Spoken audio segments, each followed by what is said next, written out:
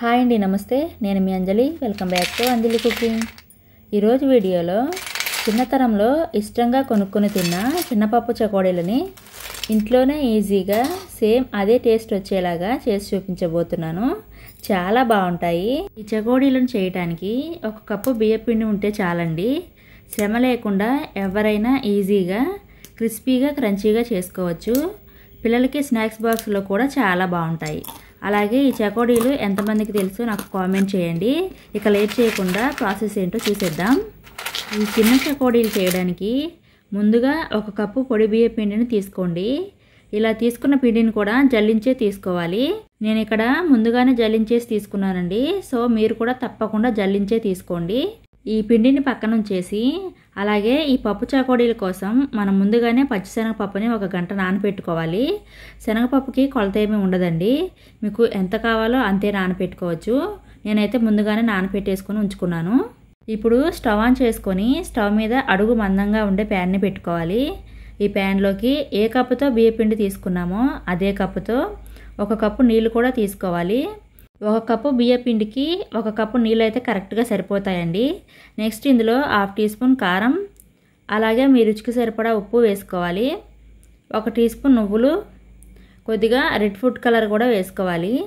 ఇది మీకు ఇష్టం లేకపోతే స్కిప్ చేసేయండి. ఇది నేను కలర్ కోసం మాత్రమే వేస్తున్నాను. నెక్స్ట్ ఈ చకోడీలు క్రిస్పీగా క్రంచీగా రావడానికి 1 టేబుల్ స్పూన్ ఆయిల్ని వేసుకోవాలి. మీరు కావాలంటే ఆయిల్కి బదులుగా 1 టేబుల్ స్పూన్ దాకా బటర్నైనా వేసుకోవచ్చు. ఇవన్నీ వేసి ఒకసారి అంతా కూడా బాగా కలపండి.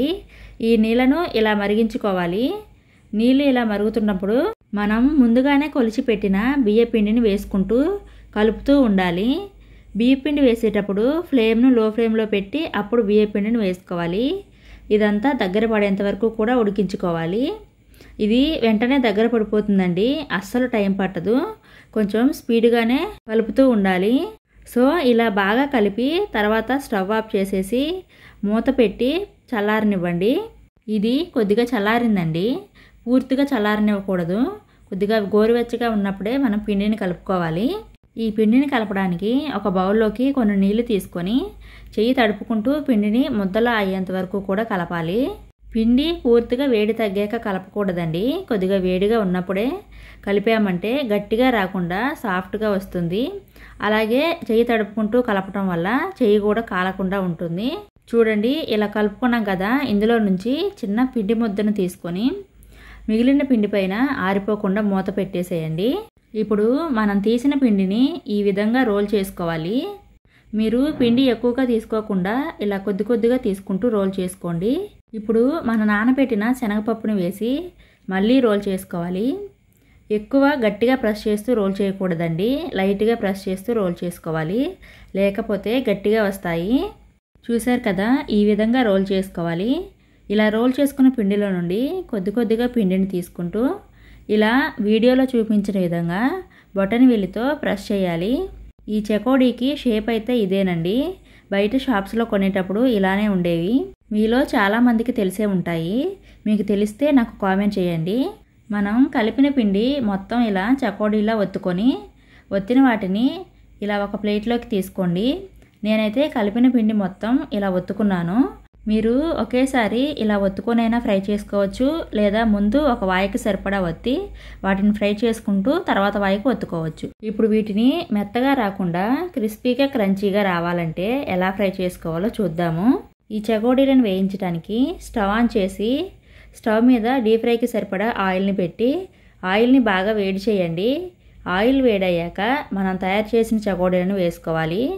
ఒక్కొక్కటిగా కాకుండా ఇలా గరిటెలో వేసుకొని ఆయిల్లో వేసుకుంటే చెయ్యి కూడా కాలకుండా ఉంటుంది.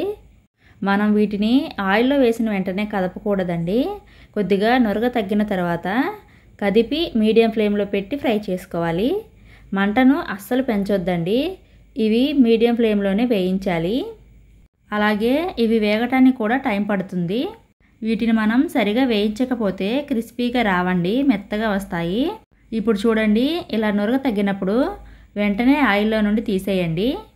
ఇలా నురగ తగ్గిందంటే చకోడీలు వేగినట్టే అండి.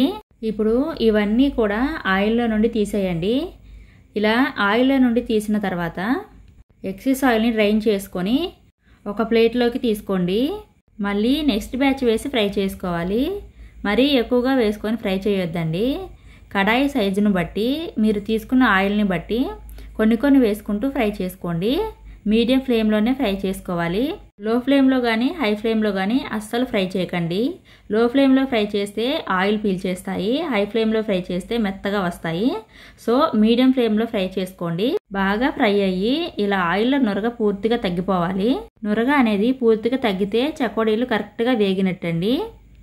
సో అంతవరకు గరిటెతో కదుపుతూ వేయించి ఆయిల్లో నుంచి తీసేయండి. సో అంతేనండి, చాలా సింపుల్గా క్రిస్పీగా క్రంచీగా చిన్న చకోడీలు అయితే తయారయ్యాయి. వీటిని పూర్తిగా చల్లారనివ్వండి. పూర్తిగా చల్లారిన తర్వాత ఒక ఎయిర్ టైట్ డబ్బాలో స్టోర్ చేసుకోండి. చాలా రోజుల వరకు నిల్వ ఉంటాయి. పిల్లలకి స్కూల్స్ కూడా స్టార్ట్ అయ్యాయి కాబట్టి స్కూల్కి స్నాక్స్ బాక్స్లో తీసుకెళ్ళడానికి లేదా పిల్లలు స్కూల్ నుండి వచ్చిన వెంటనే ఒక ప్లేట్లోకి వీటిని పెట్టి ఇచ్చామనుకోండి, హ్యాపీగా తినేస్తారు. లేదా ఈవినింగ్ టీ టైంలోకి అయితే ఇక చెప్పనక్కర్లేదండి. సో మీరు కూడా తప్పకుండా ట్రై చేయండి. ట్రై చేసి మీ ఫీడ్బ్యాక్ను నాకు కామెంట్ రూపంలో తెలియచేయండి. ఈ వీడియో నచ్చితే ఒక లైక్ చేసి మా ఛానల్ను సబ్స్క్రైబ్ చేసుకోండి. Thank you for watching.